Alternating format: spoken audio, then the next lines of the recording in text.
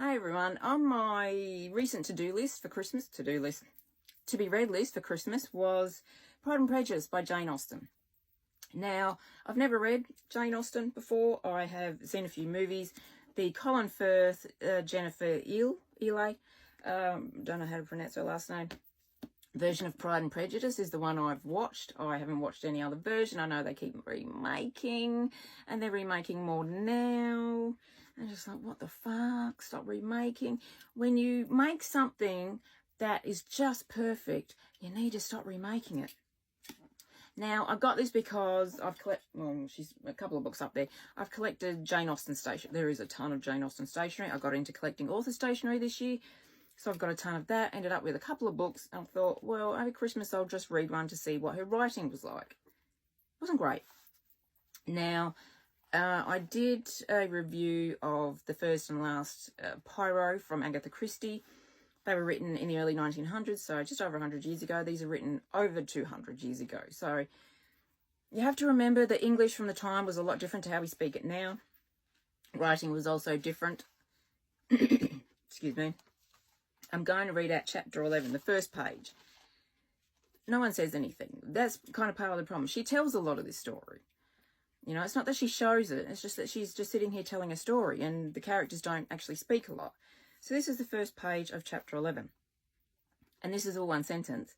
When the ladies removed after dinner, Elizabeth ran up to her sister and, seeing her well guarded from cold, attended her into the drawing room, where she was welcomed by her two friends with many professions of pleasure, and Elizabeth had never seen them so agreeable as they were during the hour which passed before the gentlemen appeared. All one sentence. Their powers of conversation were considerable. They could describe an entertainment with accuracy, relate an anecdote with humour, and laugh at their acquaintance with spirit. But when the gentleman entered, Jane was no longer the first object. Miss Bingley's eyes were instantly turned towards Darcy, and she had something to say to him before he had advanced many steps. He addressed himself directly to Miss Bennet with a polite congratulation. Mr. Hurst also made her a slight bow, and said he was very glad, but diffuseness and warmth remained for Bingley's salutation. He was full of joy and attention.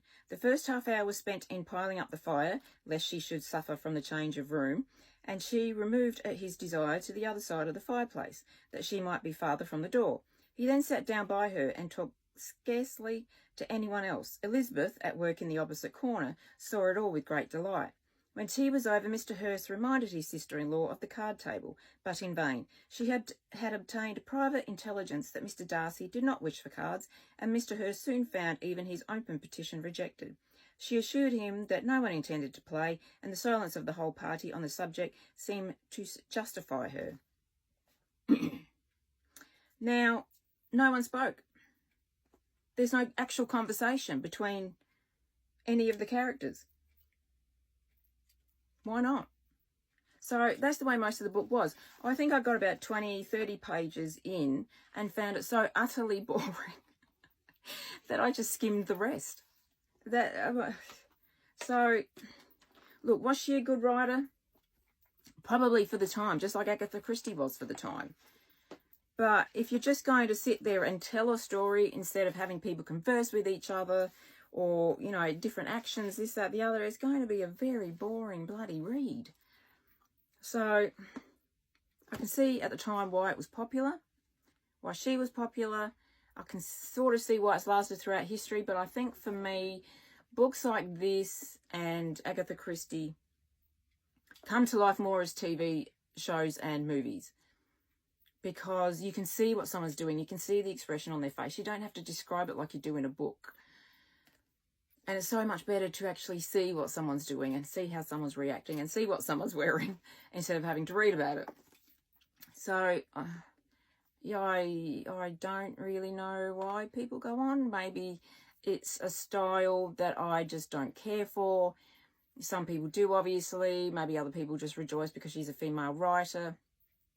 Didn't really make a living, as most of them didn't 100, 200 years ago. Especially 200 plus years ago. I mean, I think in her lifetime she made about £600 and she only lived to about 41. And then her sister Cassandra, who ended up owning her works, earned about 500 when they were republished after her death. So I can see why some people would enjoy her work. It's not for me. And that's okay. I would prefer to watch the movie or a miniseries or whatever, because I would rather see facial expressions and see the outfits. It's kind of like on TV shows, like on entertainment shows, where they just sit there and they will describe what someone's wearing. And it's like, yes, we know. We can see what they're wearing. You don't need to describe it. So I would rather watch stuff like this. The same with Wuthering Heights. I'm waiting on that from the library, and I know they're redoing that. I think I would rather watch that as well. So obviously that's just my style, my taste. I skimmed it. So I got the main gist of what the book was about, but then we kind of know that from the miniseries. So for all of those who love reading Jane Austen, great, good for you. She's clearly for you. She's just not for me. I would rather watch. So what would I give it out of 10? 5 out of 10? But again, I don't even need to give it a review. It's just not to my taste. And that's perfectly okay. Some books just aren't.